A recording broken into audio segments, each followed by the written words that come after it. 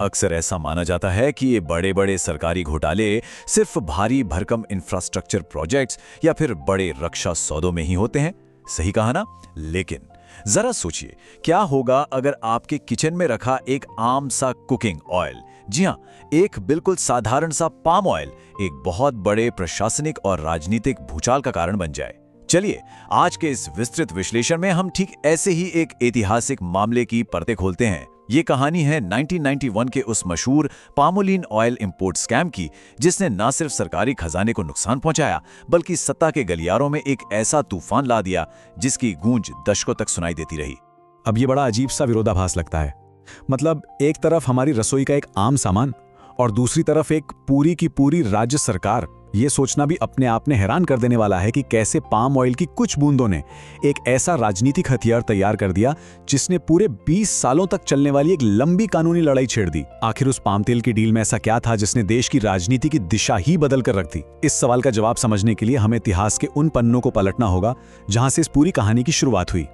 आइए इस कहानी के पहले अध्याय की तरफ बढ़ते हैं, रसोई से अदालत तक।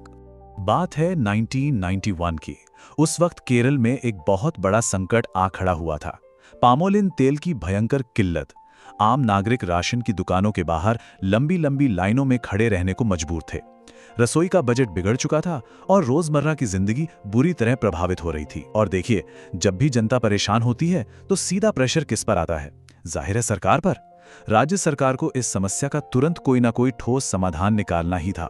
और इसी भारी दबाव के बीच एक ऐसा फैसला लिया गया जो उस वक्त तो एक बड़ी राहत लगा, लेकिन आगे चलकर एक बहुत बड़ी मुसीबत बन गया।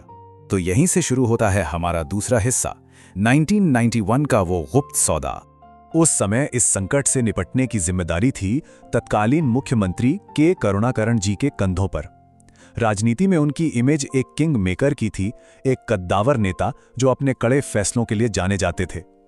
उन्होंने 15,000 टन पामोलिन तेल आयात करने का एक बहुत बड़ा फैसला लिया और एक कॉन्ट्रैक्ट मिला मलेशिया की एक कंपनी माला एक्सपोर्ट्स को। अब कागज पर देखने में यह बिल्कुल सीधा सा काम लगता है ना? तेल कम है, बाहर से मंगा लिया। लेकिन दिक्कत इस फैसले में नहीं थी। दिक्कत उस तरीके में थी जिससे इस फैसले को अंजाम दिया गया। यहीं से कहानी में असली मोड़ आता है। तीसरा अध्याय, नियमों की अनदेखी का खेल। इस पूरे विवाद की जड़ को समझने के लिए हमें पहले समझना होगा कि ये ग्लोबल टेंडर आखिर होता क्या है। दरअसल ये बड़े सरकारी कॉन्ट्रैक्ट्स के लिए एक बेहद जरूरी और कॉम्पिटिटिव प्रोसेस है। इसका सीधा सा मतलब यह है कि जब सरकार कोई बड़ी खरीदारी करती है तो उसे दुनिया भर की कंपनियों से बोलियां मंगवानी होती हैं। जो कंपनी सबसे कम कीमत पर सही क्वालिटी देगी, उसे कॉन्ट्रैक्ट मिल जाएगा। ये कोई फालतू की कागजी कार्रवाई नहीं है, ये टैक्स पेयर्स के पैसे को बचाने और पूरे सिस्टम में ट्रांसपेरेंसी बनाए रखने की एक ढाल है। अब जरा नियम और असलियत के बीच का फर्क देखिए। स्टैंडर्ड प्रोसीजर कहता है ग्लोबल टेंडर लाओ और बाजार की सबसे कम कीमत पाओ। लेकिन पामोलिन केस की हकीकत बिल्कुल अलग थी। यहां कोई टेंडर निकाला ही नहीं गया। बिना किसी कंपटीशन के सीधे उस मलेशियाई कंपनी को कॉन्ट्रैक्ट पकड़ा दिया गया। नतीजा क्या हुआ? जो तेल इंटरनेशनल मार्केट में काफी सस्ते में मिल सकता था, उसे बहुत ऊंचे दामों पर खरीदा गया। मतलब नो टेंडर, नो कंपटीशन और सबसे बड़ी बात, नो ट्रांसपेरेंसी। और इन तय नियमों को ताक पर रखने का सीधा असर पड़ा राज्य के खजाने पर। जरा इस आंकड़े पर गौर कीजिए, 2.32 करोड़ रुपए।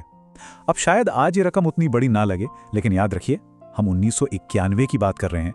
1991 के समय में 2 करोड़ रुपए से ज्यादा का मतलब था एक बहुत ही भारी भरकम कीमत।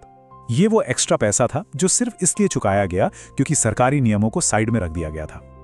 ये कोई छोटी मोटी सांख्यिकीय त्रुटि नहीं थी, ये राज्य के संसाधनों को लगा एक बहुत बड़ा डेंट था। लेकिन सच ज्यादा दिन छुपता नहीं है। तो आइए देखते हैं भाग 4, सीएजी रिपोर्ट और बड़ा खुलासा। देखिए, किसी भी लोकतांत्रिक देश में सीएजी यानी नियंत्रक एवं महालेखा परीक्षक की भूमिका एक बहुत बड़े वॉचडॉग या प्रहरी की होती है।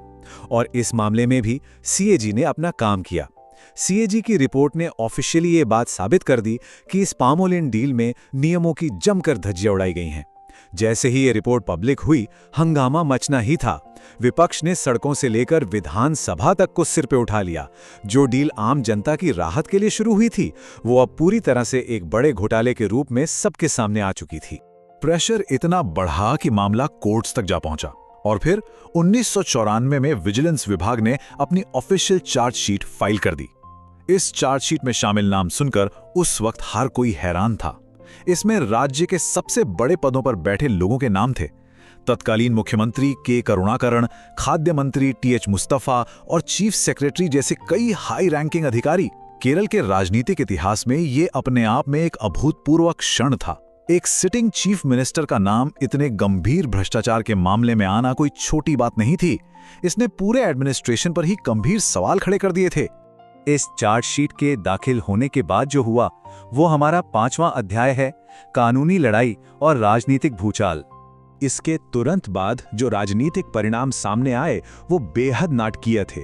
इतने भारी विरोध और कानूनी शिकंजे के चलते सत्तासीन मुख्यमंत्री के करुणाकरण को एक बहुत ही अप्रत्याशित कदम उठाते हुए अपना इस्तीफा देना पड़ा।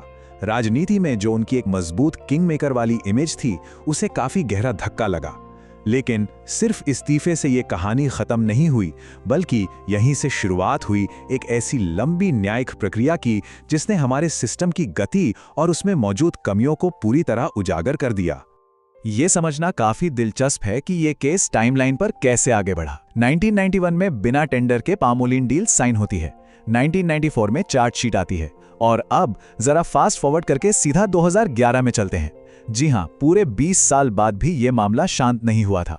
2011 में जब पीजे थॉमस को, जो इस केस में एक आरोपी के रूप में दर्ज थे, उन्हें भारत का सेंट्रल विजिलेंस कमिश्नर यानी सीवीसी बनाया गया, तो सुप्रीम कोर्ट को कड़ा दखल देना पड़ा। कोर्ट ने उनकी इस नियुक्ति को ही रद्द कर दिया। ये घटनाक्रम साफ दिखाता है कि कैसे अतीत में तोड़े गए नियम दशकों तक आपका पीछा नहीं छोड़ते। तो इस सब के आखिर में हासिल क्या हुआ? यही हमारा अंतिम भाग है, जनता का टूटा हुआ भरोसा। इस केस में कानूनी प्रक्रिया की रफ्तार इतनी धीमी थी कि कई दशक गुजर गए, लेकिन न्याय किसी ठोस नतीजे तक नहीं पहुंच पाया। इतना लंबा वक्त बीतने से हुआ ये कि केस से जुड़े कई प्रमुख आरोपियों का निधन हो गया और धीरे धीरे मामले बंद होने की कगार पर आ गए। लेकिन ध्यान देने वाली बात यह है कि यहां असली नुकसान उन 2.32 करोड़ रुपयों का नहीं था। असली और सबसे बड़ा नुकसान था सरकारी प्रक्रियाओं और न्याय प्रणाली पर से आम इंसान के भरोसे का टूट जाना। जब नियम तोड़े जाते हैं और न्याय में इतनी ज्यादा देरी होती है तो सिस्टम का मूलभूत आधार ही हिल जाता है। अंत में 1991 के उस पामोलिन घोटाले का ये पूरा विश्लेषण हमें आज एक बहुत ही प्रासंगिक चौराहे पर लाकर खड़ा कर देता है। एक बहुत ही सीधा लेकिन सोचने वाला सवाल सामने आता है, क्या हमारे सिस्टम में सचमुच कोई सुधार आया है?